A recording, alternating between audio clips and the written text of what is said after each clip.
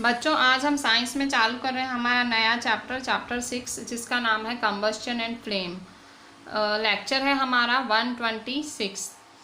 Combustion क्या होता है, फ्लेम क्या होता है।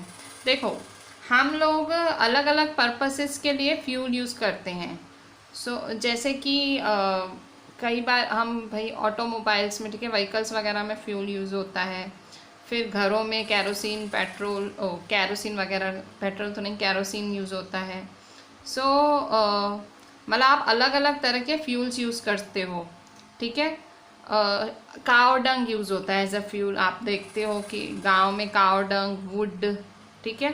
फिर इसके अलावा अगर कुछ और फ्यूल्स के नाम लें तो कोल यूज़ होता है, चारकोल, पेट्रोल, डीजल, सीएनजी, ये सब किस में आते हैं, फ्यूल्स में आते हैं। आपको बर्निंग ऑफ कैंडल के बारे में पता है। अगर मैं आपसे पूछूं कि कैंडल कैसे बर्न होती है और कोल कैसे बर्न होता है तो आप क्या कहेंगे। देखो, बर्निंग कैंडल बर्न होता है और कोल बर्न होता है तो क्या होता है। आप कहोगे कि कैंडल में एक फ्लेम जलती है, ठीक है, एक आग मतलब चिंगारी होती है, candle Burns with a flame. और कोल है, कोल कोई फ्लेम के साथ नहीं जलता। तो आप ऐसे और भी मटेरियल्स के नाम लिख सकते हो कि जो बिना फ्लेम के जलते हैं। तो हम इस चैप्टर में यही पढ़ने वाले हैं कि आखिर ये केमिकल प्रोसेस ऑफ बर्निंग है क्या, और अगर फ्लेम प्रोड्यूस होती है तो कितनी टाइप्स ऑफ फ्लेम्स प्रोड्यूस होती हैं, ठीक है। यही हम इस चैप्टर में पढ़ेंगे। सबसे पहले कंबस्शन है क्या, व्हाट इज़ कंबस्शन। देखो, सबसे पहले कंबस्शन क्या है। देखो, एक क्लास 7th में आप एक एक्टिविटी सुन के आए होंगे। क्लास 7 में चैप्टर में आपने एक एक्टिविटी सुनी होगी जिसमें कि मैग्नीशियम रिबन को बर्न करते हैं। जब मैग्नीशियम रिबन को बर्न करते हैं तो मैग्नीशियम ऑक्साइड प्रोड्यूस होता है और बहुत सारी हीट और बहुत सारी लाइट प्रोड्यूस होती है। तो ऐसी ही एक्टिविटी आप चारकोल के साथ कर सकते हो, कोल के साथ कर सकते हो। कैसे, आप जो कोल का पीस है उसको चिमटे में लो और उसको एक बर्नर में बर्न करो। तो आप क्या देखोगे कि कोल एयर में बर्न होता है, ठीक है। तो क्या करता है कोल बर्न में, कोल जो है एयर में बर्न होता है तो क्या प्रोड्यूस करता है, carbon dioxide, heat and light, ठीक है। सबसे पहले हम यही टिक करेंगे। आपके पेज नंबर 64 आपकी एनसीईआरटी में हमारी पहली line, coal burns in air producing carbon dioxide, heat and light. Coal burns in air producing carbon dioxide, heat and light, ठीक है। अब कंबस्शन क्या होता है, combustion. A chemical process in which substance reacts with oxygen to give off heat is called combustion. Combustion क्या होता है, एक ऐसा केमिकल प्रोसेस जिसमें सब्सटेंस ऑक्सीजन के साथ रिएक्ट करता है। सब्सटेंस किसके साथ रिएक्ट करता है, ऑक्सीजन के साथ रिएक्ट करता है और क्या देता है, हीट देता है, ठीक है। एक केमिकल प्रोसेस जिसमें सब्सटेंस ऑक्सीजन, अब ये ऑक्सीजन वर्ड बहुत इंपॉर्टेंट है, ठीक है। ऑक्सीजन जो होता है वो बर्निंग में मदद करता है, एनहांस करता है। ऑक्सीजन ना हो तो बर्निंग पॉसिबल ही ना हो। और वो बर्न होके क्या करता है, बहुत सारी हीट प्रोड्यूस करता है, ठीक है, उसे कहते हैं कंबस्शन, ठीक है। और वो substances, this is the important definition है कि जब सब्सटेंस ऑक्सीजन से रिएक्ट होके हीट प्रोड्यूस करता है उसे कंबस्शन कहते हैं। अब substance that undergoes combustion is said to be combustible, it is also called a fuel. Substance जो कि सब्सटेंस दैट अंडरगो कंबस्शन, जो सब्सटेंसेस कंबस्शन करते हैं उन्हें हम कंबस्टिबल कहते हैं और जिसे कि फ्यूल भी कहा जाता है।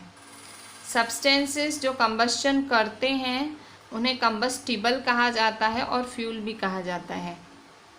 वो फ्यूल, द फ्यूल में भी सॉलिड, लिक्विड और गैस। फ्यूल सॉलिड भी हो सकता है, लिक्विड भी हो सकता है, गैस भी हो सकता है, ठीक है। कंबस्शन के दौरान हीट ही नहीं, इवन लाइट भी प्रोड्यूस होती है। और वो लाइट कैसे प्रोड्यूस होती है, या तो एक फ्लेम के फॉर्म में या तो एज अ ग्लो के फॉर्म में। Light is also given during combustion. Either as a flame or as a glow, ठीक है। तो ऊपर जो हमने रिएक्शंस मेंशन की, जैसे हमने मैग्नीशियम के बारे में पढ़ा कि मैग्नीशियम बर्न होती है, ठीक है, मैग्नीशियम रिबन बर्न होती है, हीट एंड लाइट प्रोड्यूस होती है, तो वो क्या है, वो कंबस्शन रिएक्शन है। कोल बर्न होता है, सो कोल बर्न होता है, वो कौन सा रिएक्शन है, कंबस्शन रिएक्शन है। और ये सब्सटेंसेस कोल और मैग्नीशियम क्या है, कंबस्टिबल सब्सटेंसेस हैं, ठीक है। सो इस तरह से ये कंबस्शन है। अब हम नेक्स्ट पेज पे देखते हैं बच्चों। अभी पेज नंबर 65 पे देखो। पेज नंबर 65 पे एक एक्सपेरिमेंट किया हुआ है। इसमें कैंडल्स रखी गई हैं और कैंडल्स के ऊपर ये आपको एक टेबल पे रखनी है, कैंडल फिक्स करनी है, ठीक है, मेण गिरा के हम जैसे फिक्स करते वैसे। फिर उसके ऊपर हमें ग्लास चिमनी रख देनी है, उसके ऊपर हमें ग्लास चिमनी रख देनी है और उसको एक वुडन ब्लॉक के ऊपर रखना है इस ग्लास चिमनी को, जैसे कि एयर चिमनी में एंटर हो पाए, ठीक है। सो अब यहाँ देखो, यहाँ एक ऐसे स्टैंड जैसा रखा हुआ है कि थोड़ी गैप बचे, यहाँ से हवा एंटर हो, तो हवा एंटर होगी तो ये जलती रहेगी। पर यहाँ देखो पूरी तरह से, यहाँ देखो मतलब ये बंद कर दिया जरिया हवा का, सो यहाँ थोड़ी फड़फड़ आएगी चिमनी कैंडल। और यहाँ देखो, यहाँ हमने उसको ऊपर से कवर कर दिया है, ठीक है। सो यहाँ हवा के लिए रास्ता ही नहीं है, तो कैंडल बुझी जाएगी, ठीक है। मतलब क्या हुआ कि भाई हवा बर्निंग को एयर सपोर्ट करती है, ठीक है। सो फॉर कंबस्शन, ये बहुत ही इंपॉर्टेंट पॉइंट है, for combustion air is necessary. अगर कंबस्शन कराना है तो एयर बहुत ज़्यादा ज़रूरी है, ठीक है। यहाँ देखो नीचे से हवा, यहाँ पे नीचे से हवा को रास्ता मिला तो चलती रही कैंडल। फिर जब चिमनी नीचे से नहीं आ पाई तो थोड़ी फड़फड़ आई, यहाँ पे देखो थोड़ी फड़फड़ आ रही है, ठीक है, और स्मोक धुआं प्रोड्यूस कर रही है। और यहाँ केस 3 में तो बिल्कुल बुझ ही जा रही है, क्यों, क्योंकि एयर किसी भी तरह से अवेलेबल नहीं है, बिल्कुल रास्ता बंद हो गया है। पहले हवा में चल रही थी, फिर जो हमने रास्ता बंद कर दिया, थोड़ी फड़फड़ाई, हमने बिल्कुल बंद कर दिया तो बंद ही हो गई। सो अगर एयर अवेलेबल नहीं होगी तो फ्लेम नहीं जलेगी, ठीक है। अब यहाँ देखो, अगर हम सन की बात करें, ठीक है, सन के पास अपनी हीट और अपनी लाइट होती है, ठीक है। सो क्या उससे भी कंबस्शन किया जा सकता है? तो ये आप हायर क्लासेस में पढ़ोगे, ठीक है भाई। सन से हीट और लाइट कैसे जो है उससे, in sun heat and light are produced by nuclear reactions. Nuclear reactions की मदद से हीट एंड लाइट प्रोड्यूस होती है सन में भी, मतलब सन में भी एक तरह का रिएक्शन होता है, वो आप हायर क्लासेस में पढ़ोगे, ठीक है। सो देखो, आपने फॉरेस्ट फायर के बारे में सुना होगा। फॉरेस्ट फायर क्या होता है, अगर आप देखो बहुत ज़्यादा समर है, बहुत अति ज़्यादा समर है, तो काफ़ी प्लेसेस पे जो ड्राई ग्रास है, जो सूखी घास है, वो फायर कैच कर लेती है, ठीक है, और वो ट्रीज़ में फैल जाती है, फिर पूरा फॉरेस्ट वो देखते देखते जला देती है, इसे फॉरेस्ट फायर कहते हैं। तो और कई बार आप देखते हो कि भाई कोई इंसान अगर जल गया है, मतलब उसके कपड़े जल गए हैं, सो उसे उसके ऊपर इस तरह से ब्लैंकेट लपेटी जाती है। तो ये सारी चीज़ें क्या दिखाती हैं, मतलब ये सारी चीज़ें बता रही हैं कि फायर अलग अलग टेम्परेचर्स पे लगती है। जैसे यहाँ देखो बहुत ज़्यादा अति गर्मी थी, बहुत गर्मी थी, तो घास ने फायर पकड़ ली। फायर किसने पकड़ी? घास ने। तो घास से पूरे ट्रीज़ को फैली, मतलब टेम्परेचर इतना ज़्यादा बढ़ गया, गर्मी इतना ज़्यादा बढ़ गई कि फॉरेस्ट ने आग पकड़ ली, मतलब घास ने पकड़ी, फिर ट्रीज़ ने। और यहाँ पे देखो, यहाँ पे मतलब एक जना बर्न हुआ है, ठीक है, उसके कपड़े बर्न हुए हैं, सो उसको वार्म ब्लैंकेट में लपेटा जा रहा है, ब्लैंकेट में लपेट रहे हैं। सो क्यों? क्योंकि हम ऑक्सीजन को कट कर रहे हैं, इसको लपेट के हम ऑक्सीजन को, जो ऑक्सीजन की वजह से ये शायद बढ़ जाए, ये जो जलना है वो बढ़ जाए। तो जब हम इसको लपेटते हैं, मतलब हम ऑक्सीजन को जगह नहीं दे रहे हैं जलने के लिए, ठीक है, मतलब कहीं पे भी एयर, उसको एयर मिलेगी तो वो और जलेगा। ठीक है। सो ये एक्सपीरियंसेस क्या बताते हैं कि अलग अलग टेम्परेचर्स, अलग अलग मतलब अलग अलग चीज़ें अलग अलग टेम्परेचर पे जलती हैं। मतलब हर चीज़ का अलग टेम्परेचर होता है जलने का। जैसे फॉरेस्ट में इतनी ज़्यादा गर्मी पड़ी कि फिर ग्रास जली, ठीक है। सो अलग अलग टेम्परेचर पे अलग अलग सब्सटेंसेस अलग अलग टेम्परेचर पे जलते हैं। Page number 67, the lowest temperature at which a substance catches fire is called its ignition temperature. Ignition temperature क्या होता है? वो मिनिमम टेम्परेचर, वो सबसे कम टेम्परेचर जिस पे एक सब्सटेंस आग पकड़ लेता है। एक सब्सटेंस आग पकड़ता है वो टेम्परेचर उसे कहते हैं इग्निशन टेम्परेचर। आप देखो मैच स्टिक, अगर आप माचिस है तो ऐसे ही ऐसे आप पड़ी रहे आप बोलो जल जाए, क्या वो जल जाएगी? नहीं। उसको जब आप रब करोगे तो ही वो जलेगी, ठीक है। सो मतलब एक टेम्परेचर होता है, उसी पे ही चीज़ जलती है। जब आप उसको जलाने के लिए ऐसे उसको रब करते हो तो उसको थोड़ी हीट मिलती है, उस हीट से वो जलती है, ठीक है। सो अगर टेम्परेचर इग्निशन टेम्परेचर से भी कम हो, मतलब मिनिमम टेम्परेचर से भी टेम्परेचर कम हो, तो कोई कंबस्टिबल चीज़ भी होगी ना वो नहीं जलेगी, ठीक है। पेज नंबर 67 पे, a combustible substance can not catch fire और burn as long as its temperature is lower than its ignition temperature. एक कंबस्टिबल सब्सटेंस फायर को कैच नहीं करेगा, मतलब कंबस्टिबल सब्सटेंस फायर नहीं पकड़ेगा जब तक उसका टेम्परेचर इग्निशन टेम्परेचर से कम होगा। कंबस्टिबल सब्सटेंस मतलब जो कंबस्टन कर सकता है, तो वो फायर कैच नहीं करेगा, फायर नहीं, उसको फायर नहीं लगेगी या वो जलेगा नहीं जब तक उसका टेम्परेचर इग्निशन टेम्परेचर से भी कम नहीं होगा, ठीक है। सो मतलब इसका टेम्परेचर इग्निशन टेम्परेचर से भी कम होना चाहिए तो वो जलेगा। इग्निशन टेम्परेचर मिनिमम टेम्परेचर है, ठीक है। So a combustible substance can not catch fire और burn as long as its temperature is lower than its ignition temperature. मतलब उसका टेम्परेचर इग्निशन टेम्परेचर से भी कम होगा तो वो जलेगा नहीं, क्योंकि इग्निशन टेम्परेचर तो मिनिमम है, इससे ऊपर ही होना चाहिए टेम्परेचर, इससे भी कम होगा तो नहीं जलेगा। सो इग्निशन टेम्परेचर से कम टेम्परेचर होगा तो नहीं जलेगा। आपने कभी देखा है कुकिंग ऑयल कैसे फायर कैच करता है? जब आप एक फ्राइंग पैन रखते हो बहुत लंबे समय तक बर्निंग स्टोव पे, सो ऑयल में से आग निकलने लगती है। पर कैरोसिन ऑयल और वुड फायर कैच नहीं करते हैं, वो मतलब उनमें फायर नहीं। पर अगर आप कैरोसिन ऑयल को हीट करो वो फायर पकड़ लेगा, वुड को भी थोड़ा हीट करो वो तभी भी फायर कैच नहीं करेगा। तो इसका मतलब क्या हुआ? क्या इसका मतलब ये हुआ कि भाई जो कैरोसिन ऑयल का इग्निशन टेम्परेचर है वो कम है वुड के? क्या हमें एक स्पेशल केयर रखनी पड़े कैरोसिन ऑयल रखने टाइम? सो मतलब देखो इग्निशन टेम्परेचर की ज़रूरत होती है किसी को भी जलने के लिए। कैरोसिन ऑयल का इग्निशन टेम्परेचर मतलब उसको कब वो जलता है? जब उसको आप बर्न करते हो, ठीक है। पर वुड को आप बर्न करते हो तो भी वो नहीं जलता है, मतलब थोड़ा सा ही आप थोड़ा सा हीट करने पे नहीं। कैरोसिन ऑयल को आप थोड़ा सा हीट करते हो और वो जलने लगता है, मतलब उसका इग्निशन टेम्परेचर कम है, ठीक है।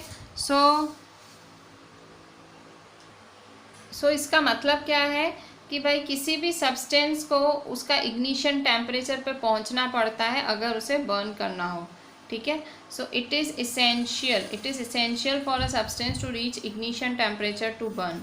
इग्निशन टेम्परेचर क्या होता है? वो मिनिमम टेम्परेचर जिस पे एक सब्सटेंस आग पकड़ता है, ठीक है। सो कैरोसिन ऑयल का वो टेम्परेचर कम है क्योंकि वो बिल्कुल थोड़ा सा हीट करने पे आग पकड़ लेता है, जबकि वुड के लिए वो थोड़ी हीट सफिशिएंट नहीं है, उसको ज़्यादा जो है उसको ज़्यादा हीट देनी पड़ेगी, ठीक है। पेज नंबर 68 पे आ जाएं।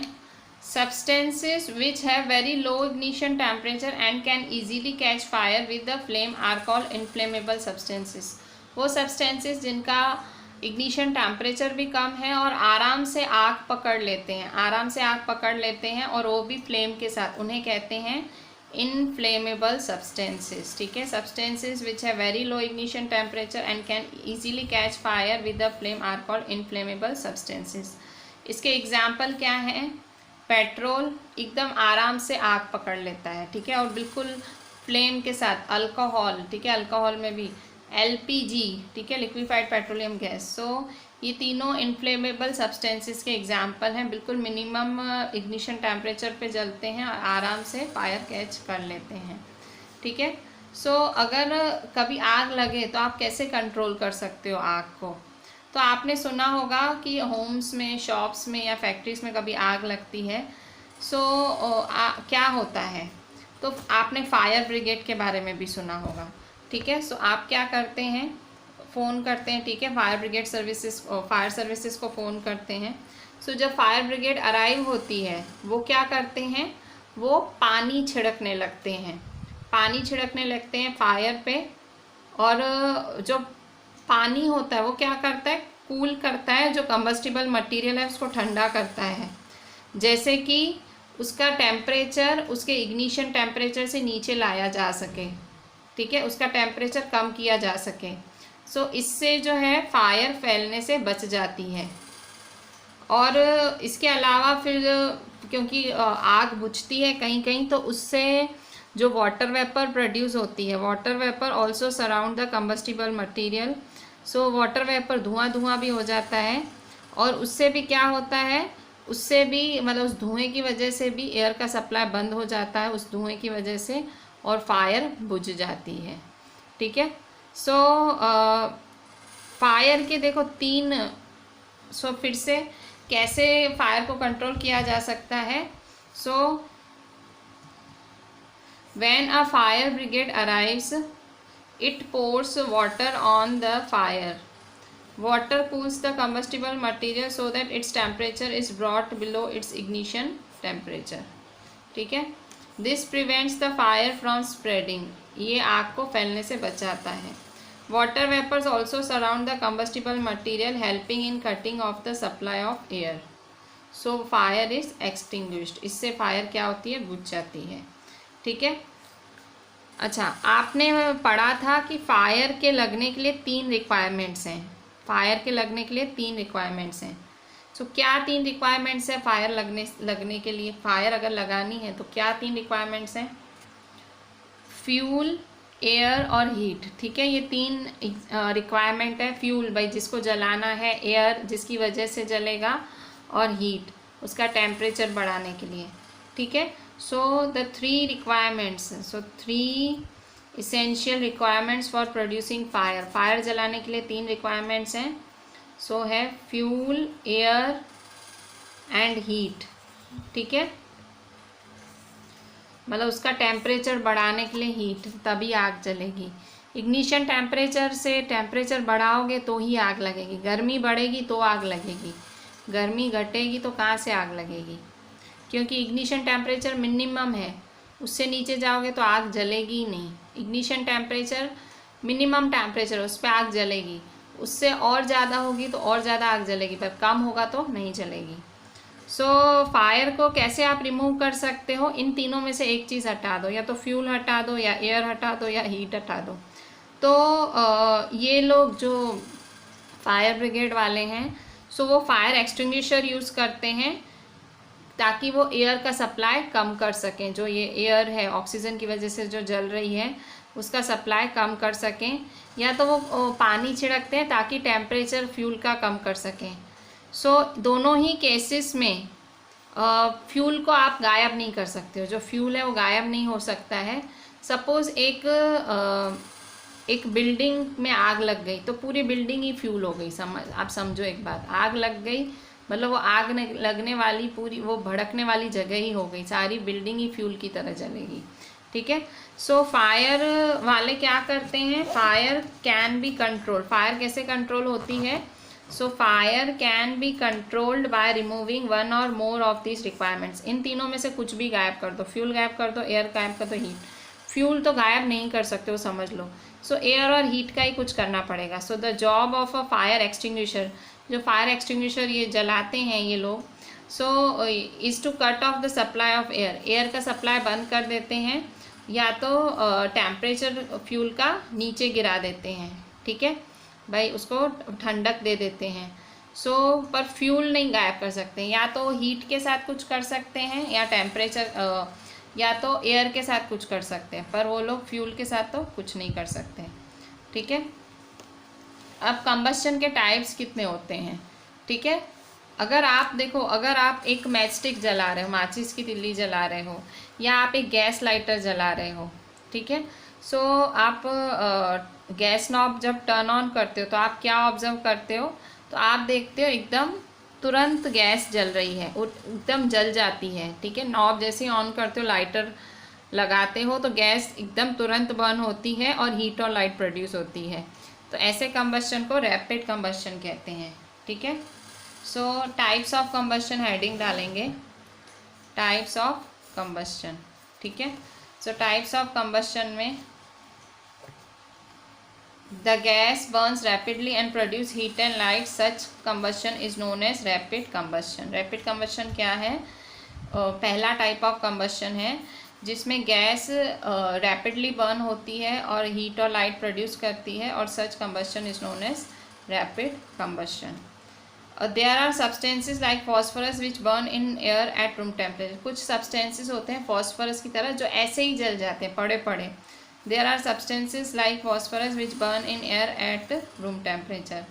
ठीक है। सो ऐसे कंबस्शन को क्या कहते हैं? ऐसे कंबस्शन को स्पॉन्टेनियस कहते हैं। ठीक है। स्पॉन्टेनियस मतलब तुरंत। So the type of combustion in which a material suddenly burst into flames, तुरंत ही आग पकड़ ले, कुछ आपने किया भी ना हो, without application of apparent cause, कुछ आपने किया भी नहीं है, कुछ ऐसा कारण भी नहीं है, पर तुरंत आग पकड़ लेता है, उसे हम कहते हैं स्पॉन्टेनियस कंबस्शन। ठीक है। सो दो तरह के कंबस्शन हैं। Gas burns rapidly and produces heat and light. Gas तुरंत जलती है, हीट लाइट प्रोड्यूस करती है, उस कंबस्शन को रैपिड कंबस्शन कहेंगे। और फॉस्फोरस जैसे सब्सटेंसेस हैं जो बर्न होते हैं रूम टेम्परेचर पे, सो उन्हें स्पॉन्टेनियस कंबस्शन कहा जाता है। कि the type of combustion in which material suddenly burst into flames without application, आप कुछ कर भी नहीं रहे हो और अचानक से जल गया, सो वो स्पॉन्टेनियस कंबस्शन। सो रैपिड कंबस्शन मतलब जब गैस जल्दी से तुरंत जलती है, हीट और लाइट प्रोड्यूस करती है। और स्पॉन्टेनियस मतलब बिना कारण के जलता है। वहाँ देखो जैसे गैस है तो वहाँ कैसे आग लगी, आपने वो ऑन किया, नॉब ऑन किया तो आग लगी। यहाँ स्पॉन्टेनियस में बस पड़ा है और आग लग गई। फॉस्फोरस क्या है? फॉस्फोरस एक एलिमेंट है, वो पड़ा था और आग लग गई। ठीक है। वो मतलब ऐसे ही रूम टेम्परेचर पे ही आग पकड़ लेता है।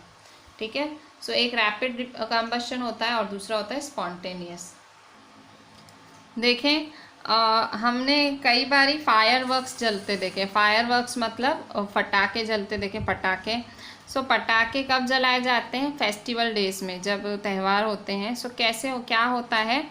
So when a cracker is ignited, जब आप कोई पटाखा जलाते हैं, सो अचानक से रिएक्शन होता है, a sudden reaction takes place, अचानक से रिएक्शन होता है।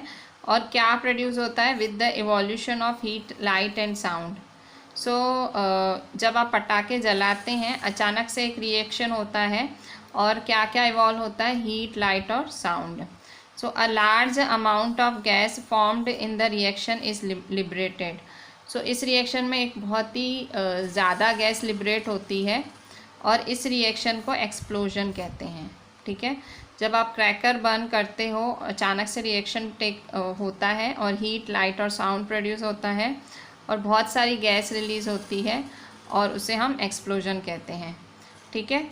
एक्सप्लोजन अगर आप क्रैकर पे किसी तरह का प्रेशर डालो तो भी हो सकता है। ठीक है। जलाने के कारण, भाई ये देखो जला, आपने पटाखा जलाया और अचानक से रिएक्शन हुआ, हीट, लाइट और साउंड प्रोड्यूस हुआ, एक बहुत ज़्यादा गैस रिलीज़ हुई, और such a reaction is called explosion. ठीक है। अच्छा, इसके बाद फ्लेम क्या होता है? सो फ्लेम, अब हम फ्लेम का स्ट्रक्चर पढ़ेंगे। ठीक है। हमने पढ़ा फ्लेम, अब फ्लेम होता क्या है। ठीक है। पेज नंबर 71 पे, पेज नंबर 71 पे यहाँ, the substances which vaporise during burning. ठीक है। वो सब्सटेंसेस जो वेपराइज करते हैं, मतलब वेपराइज मतलब वेपर में कन्वर्ट होते हैं। ठीक है। The substances which vaporise during burning gives flames, वो सब्सटेंसेस जो वेपर के फॉर्म में कन्वर्ट होते हैं जलने के बाद, वो फ्लेम्स मतलब फ्लेम्स के साथ जलते हैं। वेपराइज मतलब वेपर, ठीक है, एक धुआं छोड़ते हैं। For example, kerosene oil and molten wax rise through the wick and are vaporised. क्या होता है विक का मतलब दीवेट, ठीक है, वो दीवेट। सो केरोसिन ऑयल और पिघला हुआ वैक्स होता है, वो क्या करते हैं, वो उस दीवेट से ऊपर उठ जाते हैं और धुआं छोड़ने लगते हैं, ठीक है, during burning and form flames, और फिर फ्लेम, उसी से ही फ्लेम होती है। चारकोल, जबकि कोल या चारकोल कैसे होता है, कोल डज नॉट वेपराइज, वो वेपर में कन्वर्ट नहीं होता और इसलिए फ्लेम नहीं प्रोड्यूस करता, ठीक है। अभी पेज नंबर 72 पे आपको ये डायग्राम ज़रूर ज़रूर ज़रूर बनाना है। डायग्राम में देखो एक कैंडल है, सो ये वैक्स कैंडल, फिर ये देखो 3 फ्लेम्स हैं। सो देखो सबसे अंदर है जो येलो कलर की फ्लेम है, वो लीस्ट हॉट, सबसे कम गर्म होती है, और उसे inner most zone of unburned wax vapour, मतलब खास नहीं जलती है, अंदर अंदर खास नहीं जलती है, और वो ब्लैक कलर की होती है, ठीक है, खास नहीं जलती है, ब्लैक कलर की होती है। इसके बाद फिर बीच में मॉडरेटली हॉट, मतलब ठीक ठीक गर्म होती है, और कैसे मिडल जोन ऑफ पार्शियल, कुछ कुछ कंबस्टन होता है, कुछ जलती है और वो येलो कलर की होती है, ठीक है। फिर लास्ट ऊपरी, सबसे ऊपर वाली ब्लू कलर की फ्लेम होती है, और वो सबसे हॉटेस्ट पार्ट होता है फ्लेम का, ठीक है। सो देखो 3 लेयर्स में एक कैंडल की फ्लेम डिवाइडेड है। लीस्ट हॉट येलो कलर का, लीस्ट हॉट होता है ब्लैक कलर का, और वो सबसे अंदर वाला जोन होता है जहाँ वैक्स वेपर्स, मतलब जो है innermost zone of unburned wax vapours, मतलब कम जलते हैं वैक्स। फिर मॉडरेटली हॉट बीच वाला जोन, पार्शियल कंबस्टन होता है, ठीक ठीक कंबस्टन येलो कलर का, और हॉटेस्ट पार्ट ब्लू कलर का होता है आउटर मोस्ट जोन, ठीक है। सो आपने देखा होगा, क्योंकि बाहर वाला पार्ट सबसे गर्म पार्ट है, outer most zone blue colour का सबसे हॉटेस्ट पार्ट है, तो जो गोल्ड स्मिथ होता है, सुनारा होता है, सुनारा जब फ्लेम जलाता है तो वो बाहर वाले outer most zone of flame को एक ऐसे मेटलिक पाइप से फूंक मारता है ताकि वो पिघल जाए, सोना या सिल्वर पिघले, ठीक है। तो क्यों वो बाहर के ही फ्लेम को फूंक मारता है आउटर मोस्ट जोन को, क्योंकि वो सबसे गर्म होता है, तो गर्माहट मिलेगी सोने और चांदी को, तो पिघल जाएगा, ठीक है। अब देखो ये हुआ हमारा फ्लेम्स का। अब हम देखते हैं फ्यूल क्या होता है, ठीक है, व्हाट इज़ अ फ्यूल।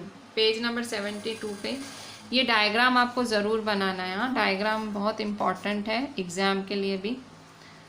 अच्छा, पेज 72 पे what is a fuel, fuel क्या होता है, what is a fuel. So fuel क्या होता है, The sources of heat energy for domestic and industrial purposes are mainly wood, charcoal, petrol, kerosene, etc. These substances are called fuels. Fuels क्या होते हैं, sources of heat energy for domestic and industrial purposes. जो heat energy के sources होते हैं, मतलब जो heat देते हैं डोमेस्टिक और इंडस्ट्रियल पर्पसेस के लिए, कौन कौन देते हैं, वुड देते हैं, चारकोल, पेट्रोल, केरोसिन, तो इन सब्सटेंसेस को फ्यूल कहा जाता है। फ्यूल किसे कहते हैं हम, वो सोर्सेस जो डोमेस्टिक और इंडस्ट्रियल पर्पसेस के लिए सोर्सेज ऑफ हीट देते हैं, घरों में जलाने के लिए, इंडस्ट्रीज़ में जलाने के लिए, जिनकी वजह से हीट मिलती है, सो उन्हें हम क्या बोलते हैं, वो होते हैं फ्यूल्स, जैसे कि would, charcoal, petrol, kerosene etcetera, ठीक है। अच्छा, गुड फ्यूल क्या होता है, अच्छा fuel. So a good fuel is one which is readily available. Good fuel मतलब जो हाजिर हो, जो हर किसी को मिले। इट इज़ चीप, और सस्ता हो। It Burns easily in air at a moderate rate, आराम से जल जाए ठीक ठीक क्वांटिटी में। It produces a large amount of heat, बहुत हीट प्रोड्यूस करे। It does not leave behind any undesirable substances, और पीछे कोई भी कचरा ना छोड़े। सो इसी तरह से गुड फ्यूल, फिर से कोई आपसे पूछे प्रॉपर्टीज़ ऑफ गुड फ्यूल क्या हैं, तो क्या बोलोगे, a good fuel is one which is readily burnt, जो आराम से जल जाए, सस्ता हो, जो मॉडरेट रेट पे ही एयर में बर्न हो जाए, बहुत ज़्यादा हीट प्रोड्यूस करे और कोई भी पीछे से कोई भी सब्सटेंस ना छोड़े। देखो, कोई भी प्रोबेबली ऐसा कोई भी फ्यूल नहीं है जिसको हम आइडियल फ्यूल बोलें। There is probably no fuel that could be considered as an ideal fuel. आप किसी फ्यूल को आइडियल फ्यूल बोलो, वैसा कोई भी फ्यूल है ही नहीं, एग्जिस्ट ही नहीं कर सकता है। तो हम कोशिश कर सकते हैं कि इनमें से कोई चीज़ मिल जाए हमें, ठीक है, मतलब ये में से कोई चीज़ मिल जाए, पर हम कभी आइडियल फ्यूल, एक परफेक्ट फ्यूल हमें नहीं मिल सकता। क्यों? क्योंकि कब फ्यूल्स कोई महंगे होते हैं, कोई सस्ते होते हैं, कोई अवेलेबल होते हैं, कोई नहीं अवेलेबल होते हैं, ठीक है। सो ये भी बहुत सारे कारण हैं। तो एक एकदम आइडियल, मतलब आप जो चाहो वैसा फ्यूल तो ना मिले, ठीक है।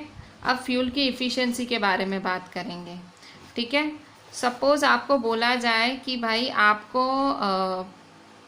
आपको पानी उबालना है, पर आपको काव डंग मतलब गाय के छेड़े के उपले पे आपको पानी उबालना है, या आपको कहा जाए कोल पे उबालो, या तो मैं आपको कहूँ एलपीजी जो आपके सिलेंडर है उस पे उबालो।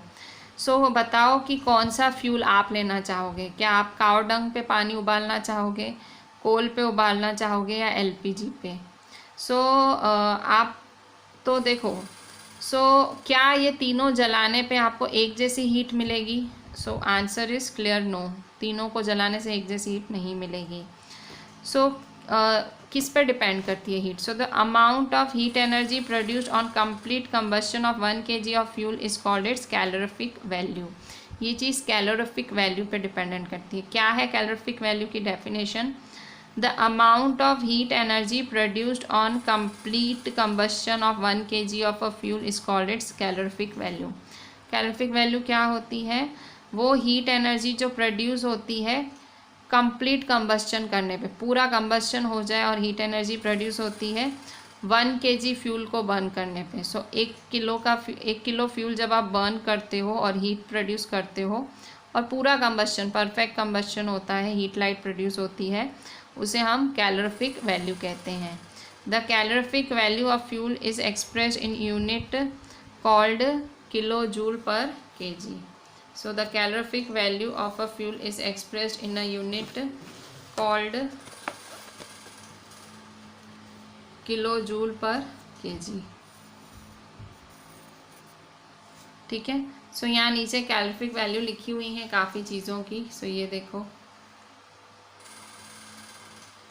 अच्छा अब देखो कैलोरीफिक वैल्यू क्या है, फिर से कैलोरीफिक वैल्यू क्या है?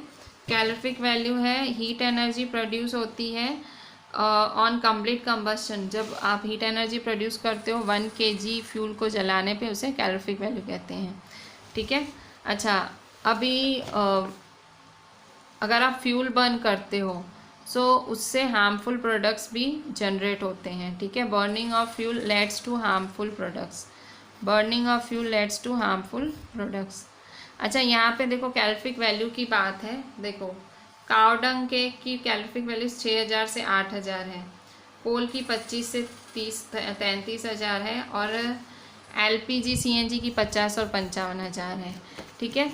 हमने कैलोरीफिक वैल्यू क्या पढ़ी कि amount of heat energy produce on complete combustion of 1 kg of fuel. 1 kilo fuel जलाने से जितनी हीट एनर्जी मिलेगी। आप देखोगे जब आप 1 किलो कोयला जलाते हो इतनी ही हीट प्रोड्यूस होती है, पर जब आप गैस जलाते हो तो इतनी, मतलब आपको कोयला ज़्यादा जलाना पड़ेगा, वुड ज़्यादा, मतलब जिसकी कैलोरीफिक वैल्यू ज़्यादा वो अच्छा फ्यूल होता है, ठीक है। मतलब यहाँ देखो सीएनजी और एलपीजी 50 और 55,000 कैलोरीफिक वैल्यू है, मतलब जितनी कैलोरीफिक वैल्यू ज़्यादा उतनी ज़्यादा हीट प्रोड्यूस होगी, ठीक है। अच्छा, पर फ्यूल जब हम बर्न करते हैं तो बहुत सारे हार्मफुल प्रोडक्ट्स भी रिलीज़ होते हैं। The increasing fuel consumption has harmful effects on the environment. जैसे हम लोग फ्यूल कंज्यूम करे जा रहे हैं, मतलब हम जितना फ्यूल कंज्यूम कर रहे हैं उससे इन्वायरमेंट को भी नुकसान पहुंच रहा है। Carbon fuels like wood, coal, petroleum release unburned carbon particles These particles are dangerous pollutants causing respiratory disease such as asthma. जो आप फ्यूल बर्न करते हो, ठीक है, फ्यूल बर्न करते हो उससे हार्मफुल प्रोडक्ट्स रिलीज़ होते हैं। तो जितना आप फ्यूल कंजम्पशन ज़्यादा करोगे उतना इन्वायरमेंट पे हार्मफुल इफ़ेक्ट्स होंगे। जो कार्बन फ्यूल्स हैं जैसे कि वुड, कोल, पेट्रोलियम, जब आप इनको जलाते हो, क्योंकि इनमें कार्बन है, वुड, कोल, पेट्रोलियम, इनमें कार्बन है, इसमें क्या बर्न, क्योंकि कार्बन है तो जब बर्न होते हैं तो कार्बन पार्टिकल्स रिलीज़ करते हैं और these fine particles are dangerous. ये डेंजरस पॉल्यूटेंट्स हैं और इनकी वजह से रेस्पिरेटरी डिजीज़ जैसे कि अस्थमा होता है, ठीक है। Incomplete combustion of this fuel gives carbon monoxide gas. और ये समझो बर्न नहीं होते, incomplete combustion of this fuels gives carbon monoxide gas. इनका जब इनकम्प्लीट कंबशन होता है तो कार्बन मोनोऑक्साइड गैस जनरेट होती है और कार्बन मोनोऑक्साइड गैस रिलीज़ होती है। तो मैं आपको बता दूं ये बहुत ही ज़्यादा पॉइजनस गैस है। It is a very poisonous gas और बहुत ही डेंजरस है। कोल को बर्न करना एक बंद रूम में, अगर एक आप बंद रूम में कोल को बर्न कर रहे हो तो उसका जो धुआं है, क्योंकि उसका धुआं क्या प्रोड्यूस करता है, कार्बन मोनोऑक्साइड गैस, वो किसी इंसान को मार भी सकता है, ठीक है। उस खाली वो इंसान वहाँ सो रहा होगा ना और वहाँ कोल जल रहा होगा, वो इंसान मर भी सकता है। तो इसीलिए आप देखोगे गांव में अगर कोल वगैरह पे खाना बनाया जाता है, कोल पे या वुड पे ये लोग खाना बनाते हैं, तो कहाँ बनाते हैं ये खाना, घरों से बाहर जा के बनाते हैं, घरों के अंदर ये लोग खाना नहीं बनाते हैं, आपने नोट किया होगा, ठीक है। कारण क्या है, क्योंकि कार्बन की वजह से कार्बन मोनोऑक्साइड गैस प्रोड्यूस होती है और कार्बन मोनोऑक्साइड गैस की वजह से पॉइजनस गैस है, ठीक है। इसके बहुत हार्मफुल इफ़ेक्ट्स हैं, ठीक है। अगर किसी सब्सटेंस की कैलोरीफिक वैल्यू कम है तो वो सब्सटेंस अच्छा नहीं है यूज़ करना हीट और लाइट के लिए। Combustion of most fuels releases carbon dioxide in the atmosphere. देखो, जब आप थर्ड है कि जब आप देखो 3 कारण हैं कि फ्यूल्स क्यों हार्मफुल है। पहला कारण कि कार्बन रिलीज़ होता है, दूसरा कार्बन मोनोऑक्साइड गैस, और तीसरा कारण है कि जब फ्यूल्स पे कंबशन होता है कार्बन डाइऑक्साइड रिलीज़ होती है एनवायरनमेंट में, और कार्बन डाइऑक्साइड अगर एयर में बढ़ जाएगी तो उससे ग्लोबल वार्मिंग होगी। ग्लोबल वार्मिंग आपने सुना होगा, जब वातावरण में कार्बन डाइऑक्साइड बढ़ जाती है तो हम कहते हैं ग्लोबल वार्मिंग हुई। ग्लोबल वार्मिंग मतलब वातावरण में टेम्परेचर बढ़ा देती है, एटमॉस्फेयर में टेम्परेचर एकदम गर्मी बढ़ने लग जाती है और इस बढ़ती हुई गर्मी के कारण जो सारी बर्फ़ है वो सब पिघलने लग जाती है, जिसकी वजह से जो सी लेवल्स हैं वो राइज़ हो जाते हैं, मतलब समुद्र एकदम राइज़ हो जाता है और जो तटीय इलाके हैं, जो कोस्टल एरियाज़ हैं, वहाँ पे एकदम बाढ़ भी आ सकती है। और जो कोस्टल एरियाज़ जो नीचे हैं जो वो तो बिल्कुल डूब ही जाती हैं, ठीक है। ग्लोबल वार्मिंग क्या है, वातावरण में गर्मी का बढ़ना, the increase of temperature in the atmosphere, और इससे क्या होता है, पोलर ग्लेशियर्स मेल्ट होते हैं और सी लेवल बढ़ जाता है और जो लो लेवल कोस्टल एरियाज़ हैं वो एकदम डूब जाती हैं, ठीक है। ग्लोबल वार्मिंग अच्छा नहीं है। तो अगर बर्निंग ऑफ फ्यूल से 3 चीज़ें रिलीज़ होती हैं। पहला कार्बन, जिससे अस्थमा, रेस्पिरेटरी डिजीज़ हो सकती हैं। दूसरा कार्बन मोनोऑक्साइड गैस, जिससे पॉइजनस गैस है वो, और तीसरा है ग्लोबल वार्मिंग भी हो सकती है, ठीक है, क्योंकि कार्बन डाइऑक्साइड। इस तरह से मतलब 3 कारण हैं जो बोलते हैं कि भाई फ्यूल का बर्न होना ख़राब है। अच्छा, 4th कारण क्या है, फोर्थ कारण है जब आप फ्यूल बर्न करते हो जैसे कि कोल और डीजल। फ्यूल बर्न करने पे जो गैस रिलीज़ होती है उसे सल्फ़र डाइऑक्साइड गैस होती है। Burning of coal and diesel releases sulphur dioxide gas. ये जो सल्फ़र डाइऑक्साइड गैस है ये बहुत ज़्यादा सफोकेटिंग और करोसिव गैस है, बहुत ज़्यादा सफोकेशन होता है। एक अंदर ही अंदर खाती है, ऐसे समझो। और करोसिव और जो वस्तु को बर्न करती है उसको करोड भी कर देती है। सो जो पेट्रोल इंजिन्स हैं वो नाइट्रोजन देते हैं। अगर पेट्रोल है तो पेट्रोल कौन सी गैस देती है? Nitrogen oxide. सो देखो, कोल को प्रोड्यूस किया तो सल्फर डाइऑक्साइड, पेट्रोल को कोल को बर्न किया, कोल और डीजल को बर्न किया तो सल्फर डाइऑक्साइड, और पेट्रोल को बर्न किया तो नाइट्रोजन ऑक्साइड मिला। सो जब ये ऑक्साइड्स ऑफ सल्फ़र, जब ये सल्फ़र और नाइट्रोजन डिज़ोल्व होते हैं रेन वाटर में, जब ये रेन वाटर में घुलते हैं तो क्या बनता है? एसिड्स बनते हैं, और इसे हम कहते हैं acid rain. Such rain is called acid rain.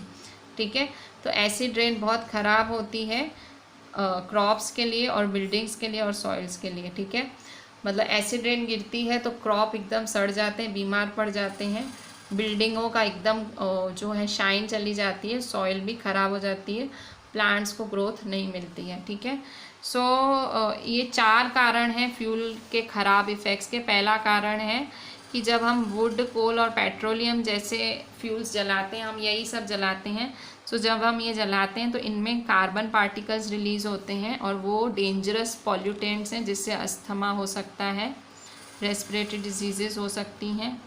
दूसरा है अगर हम इनका इनकम्प्लीट कंबस्शन करते हैं इन फ्यूल्स का, so carbon monoxide gas release होती है और वो पॉइजनस गैस होती है। फिर तीसरा कारण है ये फ्यूल्स कार्बन डाइऑक्साइड भी रिलीज़ करते हैं, जिसकी वजह से ग्लोबल वार्मिंग होती है।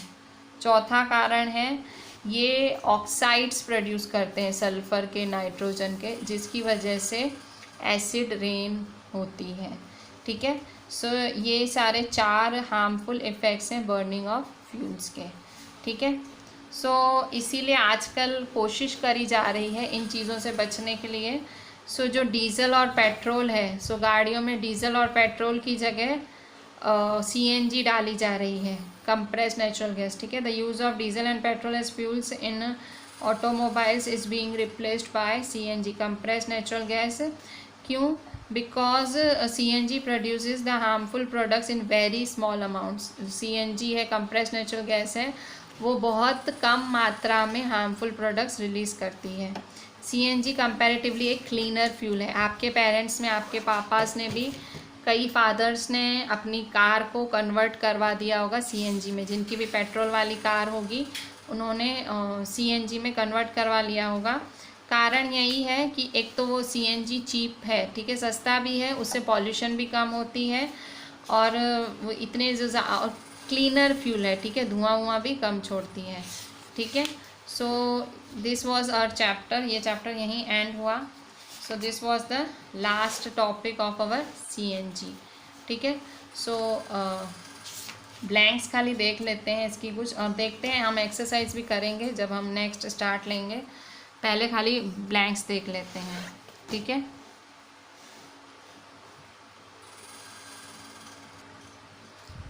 फिर इन द ब्लैंक्स देख लेते हैं। First, burning of wood and coal causes, क्या होता है वुड और कोल बर्न करने से? पॉल्यूशन, बहुत धुआं निकलता है, पॉल्यूशन।